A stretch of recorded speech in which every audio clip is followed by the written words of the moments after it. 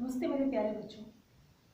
Today we are going to start our topic tribals, decus and the vision of golden age. With the coming of the Britishers into the tribal society, they maintained many laws like reserved and protected forest, which assumes that a tribal person going out or getting inside the forest have to show some token of identity to prove that he is a dweller of the forest and he or she has been issued an identity by the British officials. Not the least, they also started some revenue systems to get a proper flow of the revenue. That is permanent settlement, Retwari system and Mahalwari system. These three systems depict a percentage of the revenue which a peasant has to pay to the British officials whether the harvest is good or the harvest is bad. British officials were not even concerned regarding the failure of crop or the damage of the crop. Whether the crop has been destroyed or due to the monsoon season the crop is not harvested in a better quantity. A peasant have to pay the percentage fixed by the British officials. Now, coming of traders and money lenders. Now, this was a problem if the crop is failed or the harvest was not expected or up to the mark. How these peasants are going to pay the taxes? How will they follow the rules which was given by under the permanent settlement Mahavari or Retwari system? They have to pay the revenue howsoever mean they are using. This situation created a new class that we call as traders and money lenders. Entered into the forest giving cash loans to these peasants who were unable to deposit their revenue. These tribal men and women moved outside to work. Why do they want to move outside the work? The basic cause is when these money lender or traders have given a cash loan to the peasant, maybe forcibly, maybe playing with their sentiments or whatever the case was. Now these people got into the debit trap. Debit trap in the sense money lenders and traders have given money to the peasants. Peasants have to return money back to the traders or money lenders only if they have a good harvest. Now they have to give revenue also to the British officials, plus they have to return the cash amount to the traders and money lenders.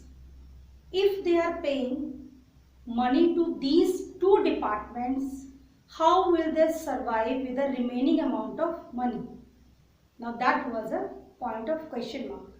So to solve these two problems, some of the people of tribal society went outside to work.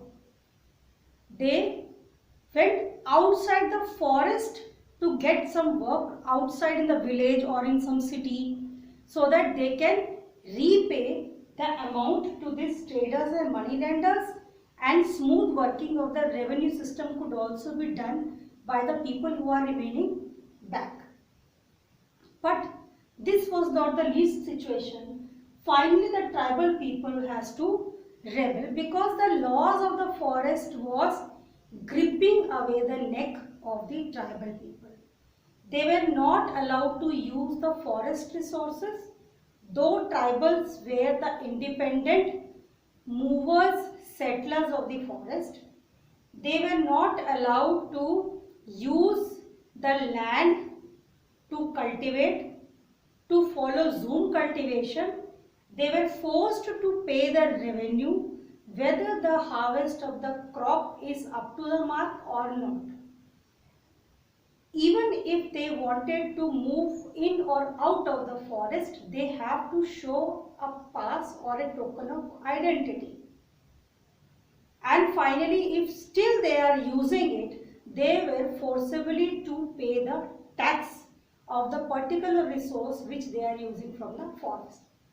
This some of the very heavy rules and regulations was not accepted by the tribals. So they rebelled. One of the main leaders of the tribal society who revolted against the Britishers were Birsa Munda.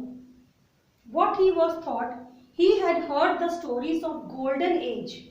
He had heard the story of Golden Age from his great-grandfathers and grandfather, how they used to enjoy the forest life, the open phosphorus life, greenery all around. They used to play and enjoy the forest life with water, fountains and live a very leisureful life. Birsa Munda was of the opinion to regain that leisureful and enjoying traditional life. So he fought to save his people against the British officials, money lenders and the traders.